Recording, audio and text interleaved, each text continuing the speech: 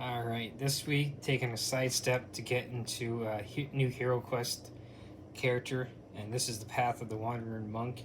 So this one recently came out. I probably got this about a month ago, so I figured go over this, and so you can help expand the game and everything. So you actually get two figurines for the monk character.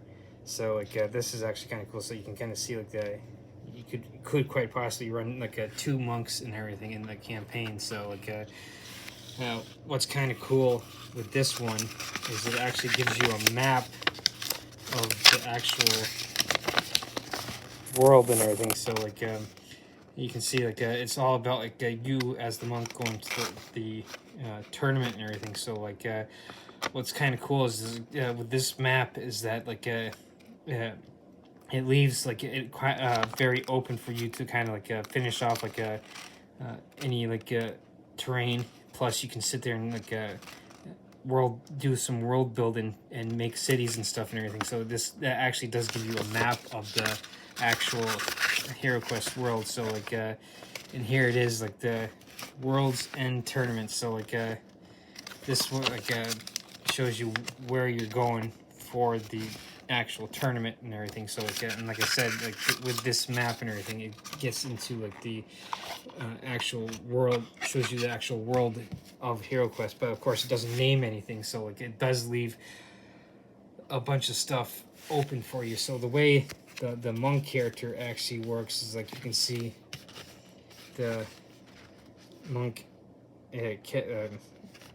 card itself. So attack dice 1, defend dice 3, 6 4 for body and mind, the 2 red dice, the 2 6-sided dice for movement typically, and so it got 2 different characters. So obviously you could run one or the other or both.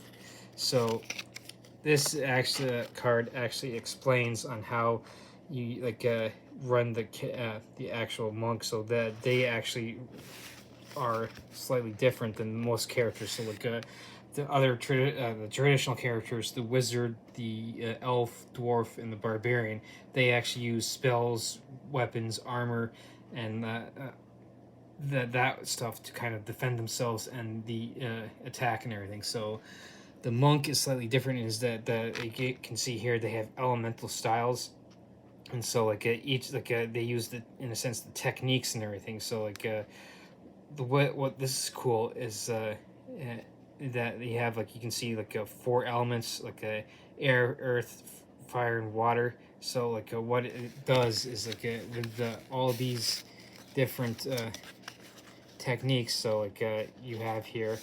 So you have air, for instance. You use each ability, and so with each ability this for Eye of the Storm, you can make an unarmed attack against all adjacent enemies, and then after this use, the elemental style of air is exhausted. So then on the flip side, you also got the sword and dragon ability that you can use. So you can use one or the other, and then that's done. And then you use the earth, since earth element. So you can do this, as you can see, roll 2 additional attack dice on armor attack with the strength of the mountain. Or on the flip side, what you can do is you can actually speak with stone. So this lets you search for secret doors and stuff.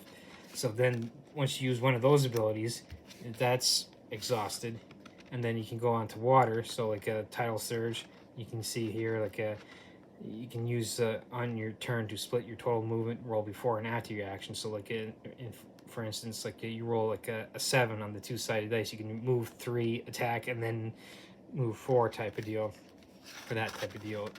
Or you got also twist and torrent, and you can cancel damage and everything. So after you use one of those, that's exhausted, and then you can finally use the fire action. So you can see here, burn in spirit.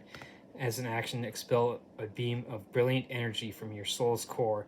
This beam may be straight or diagonal and continuous until it meets a wall or closed door.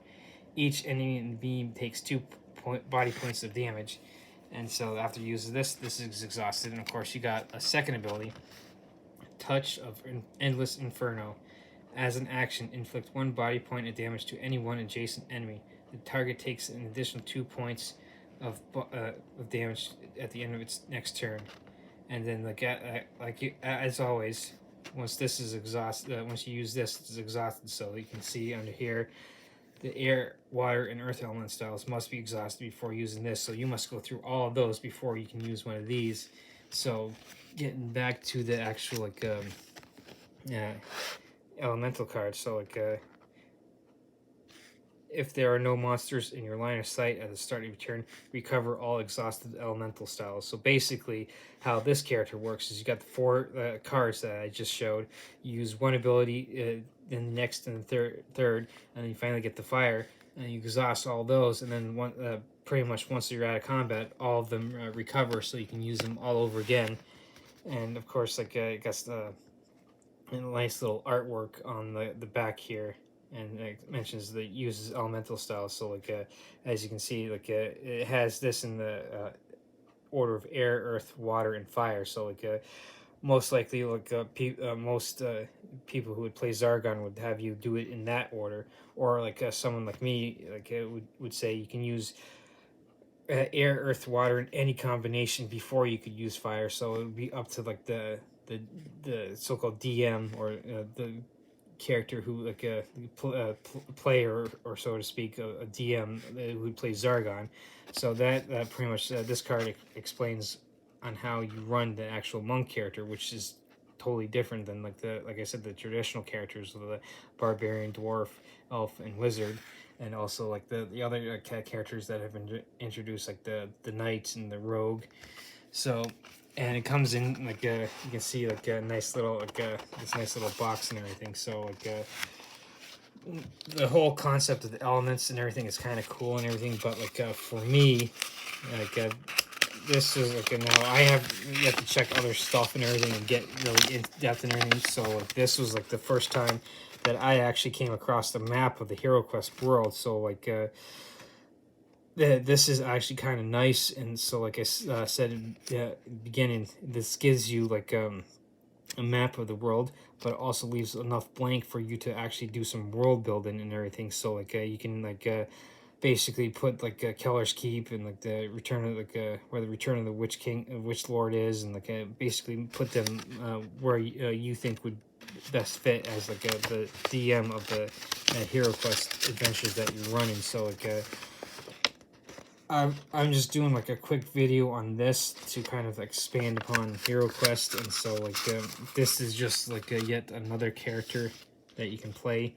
And so what you could possibly do is I know most of the time it's traditionally you had 4 players with the characters I mentioned, the barbarian, dwarf, elf, and wizard, but with the other characters you can actually swap out characters. So for instance, the monk here, you could swap out for the elf or something, or you could swap out for the dwarf. Or if you had enough people, you could in a sense expand your game to include even more characters. So you could have the traditional 4 characters, plus if you had say 6 people that are playing, you could introduce have someone as the 5th and 6th player. Maybe 5th player play the monk here, the 6th player play either the rogue or the knight or something, or switch out in any combination and everything. So it can not only expand your game in different characters, but it can expand your game into include more players and everything. So obviously, if you're going to do the 5th and 6th player, like I just mentioned, you might want to increase the monsters that are on the board for each quest and everything, to make it harder for the characters and everything. So for instance, if you're doing the classic HeroQuest, the core game, and you do the 5th and 6th character, and you have someone like the monk here as the 5th character, maybe a rogue as the 6th character, you would probably want when you're looking at the map, add more monsters, because to make it a little more challenging, because you have those extra 1 or 2 characters that are playing. So of course you wouldn't necessarily have to. You could if it's your first time running through it, you could do the 5th and 6th characters as well, and they would actually have an easier time going through. So it would be your discretion on whether or not to add more monsters or not, if you decide to do a 5th or 6th player characters, like expanding your game that way.